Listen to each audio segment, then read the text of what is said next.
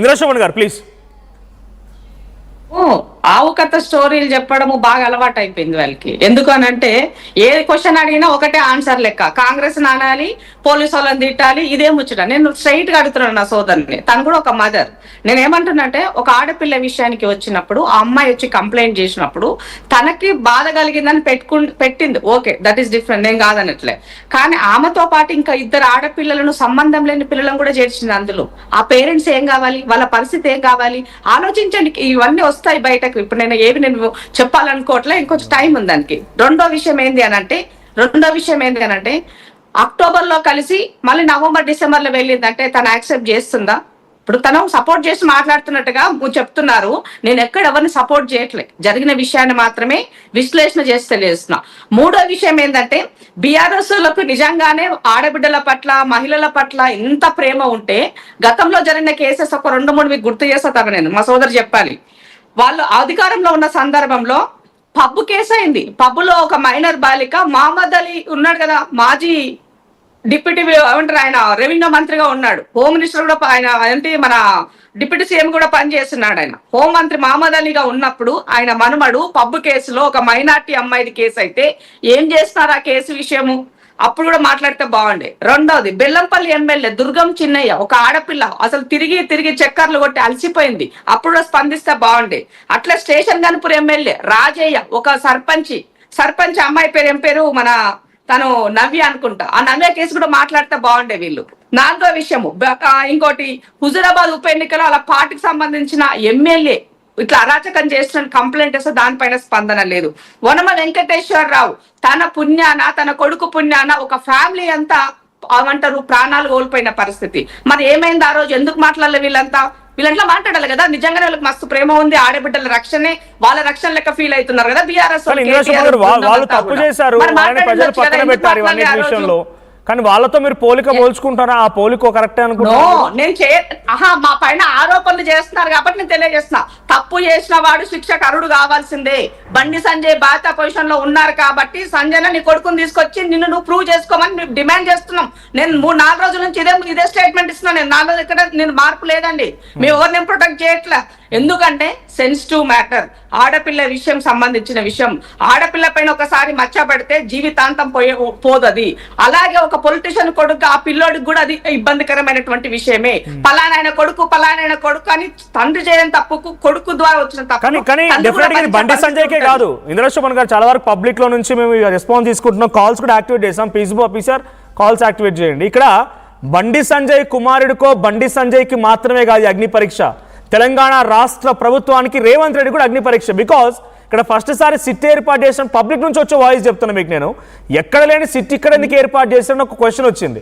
అక్కడ ఆరోపణ ఎదుర్కొంటోంది కేంద్ర మంత్రి కొడుకు కాబట్టే సిట్ ఏర్పాటు చేసిర్రా. పోక్సో కేసు నమోదైంది 8th మే రోజు, ఇక్కడ ఇవాళ 14th, ఆల్మోస్ట్ ఇన్ని రోజులు అవుతున్న కనీసం అరెస్ట్ లేదు, కనీసం ఆయన్ని అదుపులోకి తీసుకున్నట్లేదు. రిక్వెస్ట్ చేస్తున్నట్టు ఎవరిని, రండి ఇన్వెస్టిగేషన్ రండి అని చెప్పి ఒక నోటీసు 25 years అబ్బాయి, ఆ అబ్బాయికి నోటీసులు ఇచ్చి ఆ నోటీస్ ఎక్కడ ఇచ్చారు మళ్ళీ బండి సంజయ్ గారికి ఇవ్వలేదు, బండి సంజయ్ గారికి ఆ తల్లిదండ్రులకు ఇవ్వలేదు, మేనమామకి ఇచ్చొచ్చిరట నోటీస్. మనోజ్ నేనేమంటున్నా, జరిగినటువంటి వాటిలో ఉన్నటువంటి టెక్నికల్ గా అంశాలను బట్టే పోలీసు వాళ్ళు మూవ్ అవుతారు. అది నీకు తెలుసు, నాకు తెలుసు. ఓవరాల్ గా మనం చాలా మాట్లాడతాం, కానీ అక్కడ ఉన్నటువంటి ఆధారాల బేస్ లోనే ప్రాథమిక సమాచారం మేరకే కేసు బిల్డ్ అవుతుంది అన్నది మీకు తెలుసు, నాకు తెలుసు, అందరికి తెలుసు ఈ సమాజంలో. ఇక్కడ సిట్ ఎందుకు వచ్చింది, స్టాండ్ ఎందుకు రాలేదని మాట్లాడితే, సిట్టు రావడానికి ఇది ఒక కేసు యొక్క సెన్సిటివిటీని మనం పరిగణలోకి తీసుకోవాల్సిన అవసరం ఉంది. చాలా కేర్ఫుల్ గా దీన్ని చేయాల్సిన అవసరం ఉంది అన్నది ఇక్కడ తెలియజేయబడుతుంది తప్ప ఒకరిని ప్రొటెక్ట్ చేయడానికి కాదన్నది గమనించాలి. ఇక్కడ కేసు ఎందుకు అరెస్ట్ చేయలేకపోయారంటే పరాగైనోని. నేను అందుకే అంటున్నా, బీజేపీ వాళ్ళు ఎక్కడ ఇన్సిడెంట్ జరిగినా ఒక మైనారిటీ అమ్మాయినో మైనారిటీ అబ్బాయి ఒక హిందూ అమ్మాయిని చేసేటప్పుడు ఇంతే పెద్ద ఎత్తున వాళ్ళు సీరియస్ గా మూవ్ అవుతారు కదా. మరి బీజేపీ కూడా ఈ సందర్భంలో స్పందించాలి. లవ్ జిహాదీ గురించి మాట్లాడేటువంటి సెన్సిటివిటీ అన్నారు. సెన్సిటివిటీ అంటే మైనర్ అమ్మాయిగా ఉంది కాబట్టి అన్ని కేసులు సెన్సిటివ్ కేసులే. మైనర్ అమ్మాయి ప్రతి కేసు సెన్సిటివ్ కేసే. మనోజ్ కేసు ఇక్కడ రెండు మూడు ఎందుకు విషయాలు sensitive ఉన్నాయి. అయింది? తను మేజరా మైనరా ఒకటి చెప్తాను, మేజరా మైనరా ఏంటి అనే దాన్ని కూడా రకరకాలుగా ఉంది. నేను ఆశ్చర్యంలో పొద్దుగాల ఒక వ్యక్తితో దగ్గర వ్యక్తితో నేను మాట్లాడితే నాకు తెలిసిన విషయాలు ఏంటి అంటే, సుమిత్ర గారు, రితిరాజు గారు అరే ఉన్నవమ్మా నువ్వు విను ఫస్ట్, ఆవు కథ బంద్ చేయి, వినండి. వినకుండా ఆవు కథ మాట్లాడితే ఎట్లా? వినండమ్మా. అరే మనం అంటే రితిరాజు గారు ఏదో మార్చిరని ఆరోపణ చేస్తున్నారు ఆవిడ. మాట్లాడితే ఎట్లా? రెస్పాన్సిబిలిటీ పొజిషన్ లో ఉన్నప్పుడు ఒక మదర్ లాగా ఆలోచించి మాట్లాడండి. ఏది పడితే అది మాట్లాడితే చూసే వాళ్ళకి ఎబ్బెట్టుగా ఉంటది. Already social media, BRS social media అంతా జనాలు ఉమ్ముతున్నారు బయట. ఏం మాట్లాడుతున్నారు, ఏం చేస్తున్నారు అర్థమవుతుందా వీళ్ళకేమన్నా? మీ పార్టీకి సంబంధించిన రెండు వర్గాలు ఉన్నాయి ఇవాళ. ఆర్ఎస్ ఒక వర్గం, కేటీఆర్ ఒక వర్గంగా తయారైంది ఈ కేసు వల్ల. మీరు ఎవరు ఇట్లా స్పందిస్తున్నారు దాని పట్ల? ఎట్లమ్మా, ఎట్లా మీరు ఎట్లా చదువుకొని టీచర్ మీద దాకా వచ్చినా మనకు అర్థం కాలేదు. ఎవరైనా సరే సోషల్ మీడియాలో ఆ రకంగా ఫేక్ ప్రచారం చేస్తే డెఫినెట్గా దే ఆర్ పనిషబుల్. అది డెఫినెట్ గా మీ ప్రభుత్వం ఉంది కాబట్టి పని చేయండి ఎవరైనా సరే. మనోజ్ గారు, అది కేటీఆర్ ఉన్నా సరే నాకు నిజంగా లీక్ చేసే అనుమానం లేకుంటే పని చేయాల్సిందే. దీనిపైన చాలా సీరియస్ గా నిఘాలో ఉన్నది. తన పని తను చేస్తుంది. ప్రభుత్వం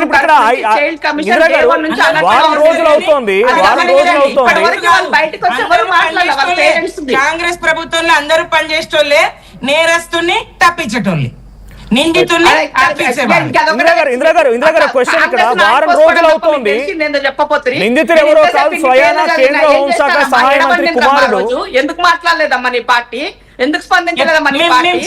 ఎందుకు మాట్లాడుతున్నాం మేము? ఎందుకు మాట్లాడుతున్నాం? మాలో ఉంటాం రోడ్ ఎక్కి మాట్లాడినాం కదా. ఆ రోజు మేము కొట్లాడినాం. ఒక నిమిషం మాట్లాడుతున్నాం మేము విషయాలు. సుమిత్ర గారు ఒక నిమిషం. బాధ్యత వహించిన తప్ప బాధ్యత లేకుండా ఎన్నడూ లేము సొసైటీలో.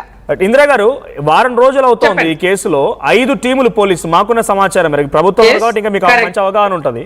5 టీములు, 2 టీములు ఢిల్లీలో తిరుగుతున్నాయి, 2 టీములు హైదరాబాద్ లో తిరుగుతున్నాయి, ఒక టీం కరీంనగర్ లో తిరుగుతోంది. ఆయన కంప్లైంట్ ఇచ్చింది 8వ తేదీన 5:30 హనీ ట్రాప్ అని చెప్పి అమ్మాయి మీద ఆయన కంప్లైంట్ ఇచ్చిన కంప్లైంట్ ఇది. తర్వాత అదే రోజు రాత్రి 10:32 ఇటు భగీరథ్ మీద పోక్సో కేసు నమోదైంది. ఆ అబ్బాయిని అంటే అమ్మాయిని స్టేట్మెంట్ రికార్డ్ చేసిన తర్వాత మరో సెక్షన్ లో జోడించి మరింత బలోపేతం చేసి ఈ కేసుని స్వయంగా రితిరాజ్ గారు. సో ఇప్పుడు వారం రోజులు అవుతున్నా ఆ నిందితుడు ఎవరో కాదు స్వయంగా కేంద్ర హోంశాఖ సహాయ మంత్రి కుమారుడు. ఆయన అబ్స్కాండ్ లో ఉన్నారని చెప్పేటువంటి మాటని పోలీసులు చెప్తున్నారు. దొరకట్లేదు, అబ్స్కాండ్ లో ఉన్నారని మాట చెప్తున్నారు. ఇది ప్రభుత్వ వైఫల్యం అనుకోవాలా, పోలీసు వైఫల్యం అనుకోవాలా? స్వయంగా తప్పు చేయకపోతే ఆయన తీసుకొచ్చి ఇవ్వచ్చు. మీరు అంటున్న మాట కరెక్టే. లేదనుకున్నప్పుడు పట్టుకోవాల్సిన బాధ్యత కూడా ఉంటది కదా. సంజయ్ 100% మనోజ్ 100% పట్టుకోవాలి. ప్రభుత్వానికి ఆ చిత్తశుద్ధి ఉంది కాబట్టే ఇమీడియట్ గా ముఖ్యమంత్రి గారు డీజీపీతో మాట్లాడి దీనిని విచారణ ఎందుకు మొదలు పెట్టలేదు, ఎందుకు చేయట్లేరని అడిగారు. పిలిచి ఇమీడియట్ గా వాళ్ళు సిట్ వేశారు. ఎంక్వైరీ మొదలయ్యింది.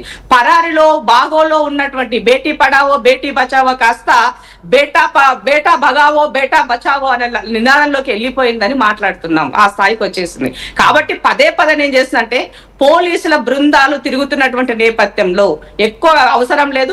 కొన్ని గంటలు వెయిట్ చేస్తే నీళ్ళకి నీళ్లు పాలకు పాలు తేలితాయి, అన్ని బయటకు వస్తాయి. మనం ఎవ్వరం దీని గురించి ఎవరికి నచ్చినట్లు వాళ్ళు ఊహాగానాలు చేయాల్సిన అవసరం లేదు. ఎవరి కుటుంబమైనా కుటుంబమే. ప్రతి రాజకీయ నాయకుడికి కుటుంబం ఉంటది. ప్రతి ఒక్కరు ఏదో రకంగా మంచిలో చెడులో ఏదో రకంగా కొన్ని దాంట్లలో ఇన్వాల్వ్ అయ్యి రిస్క్ పడే పరిస్థితులు వస్తాయి. కాబట్టి మన కుటుంబం అక్కడ ఉంటే ఎలా ఉంటుందని ఆలోచించుకోండి అని మాత్రం తెలియజేస్తున్నాను నేను ఇక్కడ ఈ సందర్భంలో. సో కామన్ మ్యాన్ గా ఉంటే మనం ఇవన్నీ ఒక పొలిటికల్ ఫ్యామిలీ ఇన్ఫ్లుయెన్స్డ్ గా ఉన్నటువంటి వ్యక్తి కాబట్టి అందులో బండి సంజయ్ గ్రౌండ్ నుంచి వచ్చి ఒక లీడర్ ఎదిగినోడే తప్ప ఒక గోల్డెన్ స్పూన్ లెక్క కేటీఆర్ లెక్క ఏం రాలేదు కదా ఊరికే వదిలేసిపోవడానికి. కాబట్టి ఆయన కూడా బాధ్యత ఉంటుందని గుర్తు చేస్తున్నాను. ప్రతి విషయంలో ఇట్లా స్పెషల్ ఇన్వెస్టిగేషన్ తీసుకోవాలి. తెలంగాణ రాష్ట్రం జరిగే ప్రతి విషయం మీద ఈ రకంగా స్పెషల్ ఇన్వెస్టిగేషన్ ఉండాలి. ఒకసారి హైకోర్టు అడ్వకేట్ గోపాల్ శర్మ గారు చట్టాలను కాపాడేటువంటి శాఖలో ఉన్నాడు. రేవంత్ రెడ్డి గారు ఎలాంటి బంధుప్రీతి లేకుండా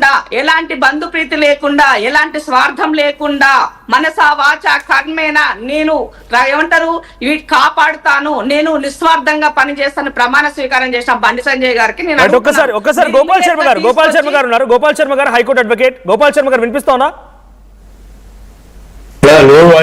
రైట్, ఒక్కసారి మీరు స్క్రీన్ రొటేషన్ చేయాలి. స్క్రీన్ రొటేషన్ చేసుకోండి. మీ దగ్గర నేను మళ్ళీ వస్తాను.